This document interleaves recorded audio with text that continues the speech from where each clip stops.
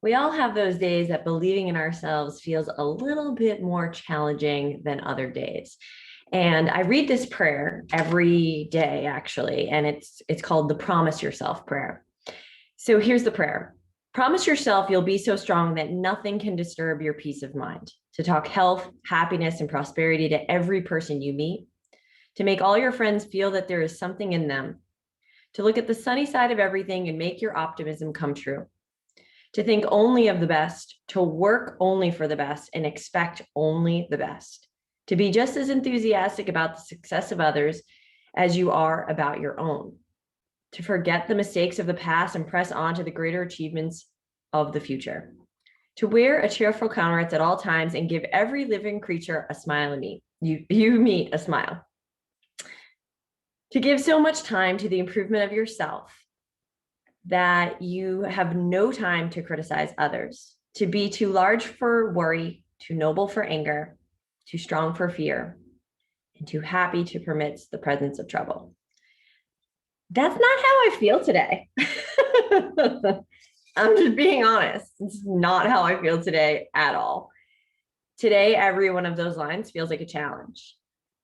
And last week I have a business mastermind, which is all about women or those who identify as women who, or non-binary for that matter, who really want to find a career and a purpose and a passion that they are wildly obsessed with. So I called it Create a Biz because I think there's so many of us. I started to notice that amongst all my Let Love In clients, about 95% of them are entrepreneurs or like coaches in the closet, if you would, or like entrepreneurs in the closet. And I started to notice that there was this theme that we would talk about love half the time that we were coaching, and then we would talk about business the other half. And the theme amongst both of them, like the common denominator amongst both of those topics, is this idea of believing in yourself. And I wasn't somebody who liked to take a risk in my career. I wanted to play it safe. I wanted to work a 9 to 5 a couple years ago. I wanted to know how much money was coming in every week. I wanted to have a start and stop to my schedule. Like I said, like there was just certain risks that I wasn't willing to take. But what I found is that I really couldn't be myself. And this isn't a fault of my employers. This was my own belief in myself. Is I grew, growing up in a dysfunctional home where there's a lot of chaos and turmoil, and you kind of never know if the other shoe's going to drop. A work environment sometimes can be like that, where it doesn't feel safe to be you. It doesn't feel safe to be yourself. And I decided a couple of years ago after getting let go from my job that like, I really want to work in an environment where I feel like not only do I have the freedom of time where I can choose my own schedule so that when I do have days like today, I can watch 90210, which is exactly what I'm doing. I'm not talking about the new version. I'm talking about the old one. Luke Perry, where are you at?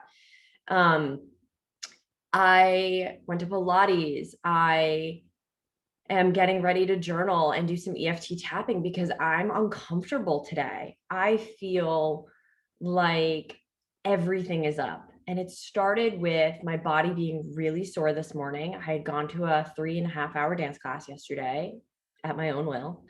And I was sore this morning when I woke up. And so I was a little, kind of lagging to get to Pilates. And I was like, I could skip it. I could sleep in. But you know that when you're feeling that way, this is what happens for me is I can't skip it. I actually have to get up because if I don't, then I'm going to feel like then I'm just going to feel guilty while I lay in bed. And that's like, it's kind of like missing work. And then you feel guilty. You're like, what was the point? I should have not even taken that day off.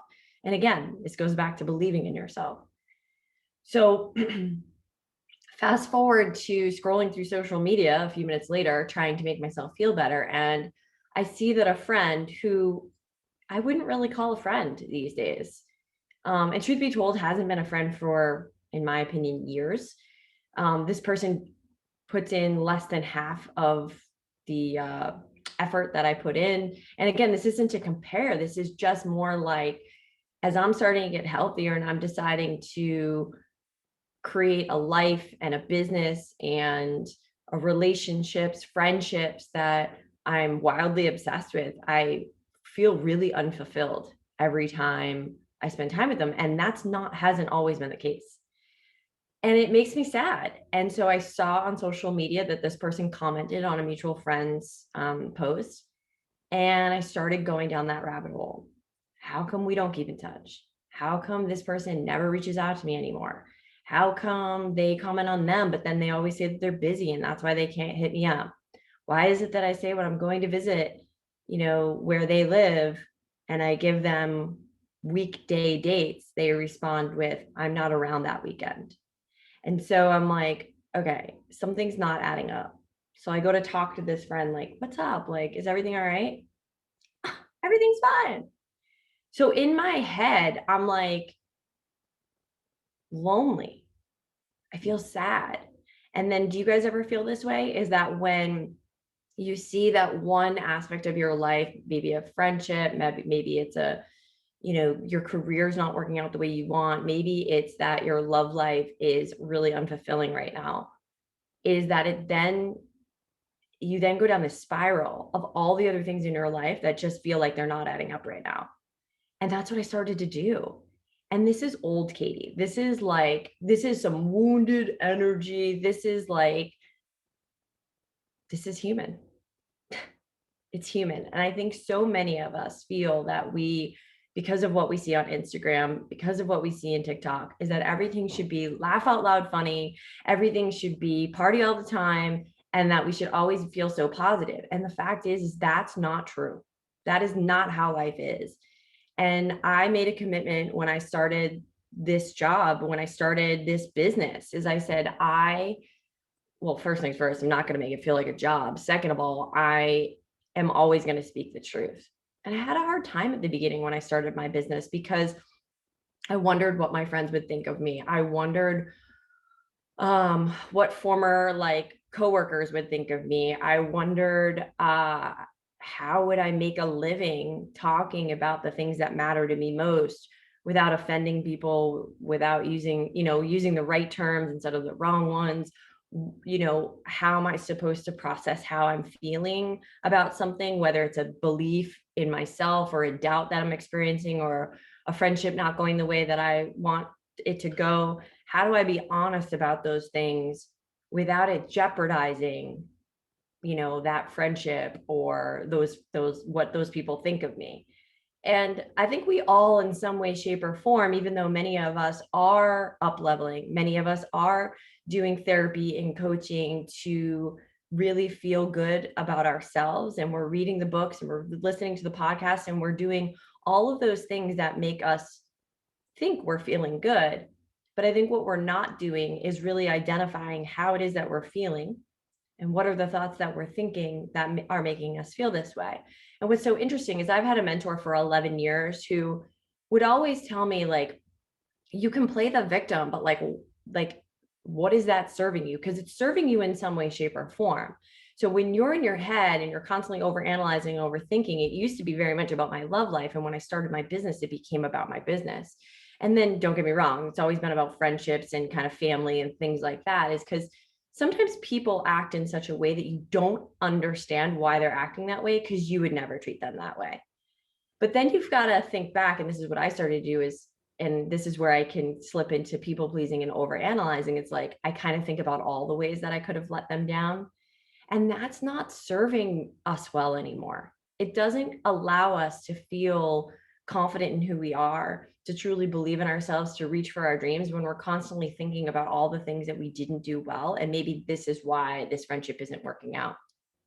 Or maybe that's why you're not advancing within your career. Or maybe that's why that relationship ended and now you're single and focusing on yourself, right?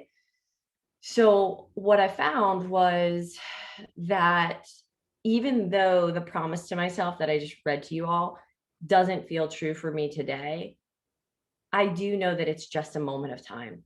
And that's because I've done this work. I also know that I have time set up later tonight with my mentor. I also have reached out to a few close and safe and trusted friends that I know that I can talk to about this, and realize that as much as I want to focus on what's going well in my life, sometimes I can focus on the things that aren't going well.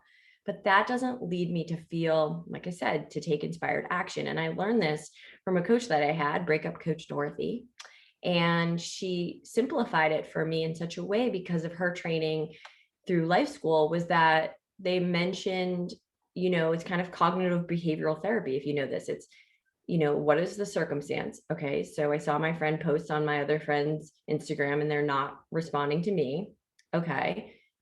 What's the thought that I'm thinking? I've done something to make her upset with me and not want to be friends with me. The feeling I'm feeling is sadness, right? And it's agitation. And I would just say it's anger too. And then, like, what actions do I take as a result of that? Well, I sit and watch 90210 for like a solid hour, almost did too, until I realized I'm like, oh, I need to record what's coming up for me. But when you can look at that pattern of like, okay, so what's up? What are the thoughts I'm thinking? What are the feelings I'm feeling? And then what actions do I take? You can actually flip it and reverse it right on its head. And that is, so the circumstance doesn't change, right? I'm still not in touch with my friend, but that doesn't mean that I need to make it mean anything about me. So what are the thoughts that I can think? I don't believe this just yet, but what I can think is, this person isn't supposed to be in my life and it means nothing about me. And and maybe she's going through a hard time. And when I think that, I think to myself, compassion. Like I feel compassion. I feel a sense of relief and I feel peaceful, right?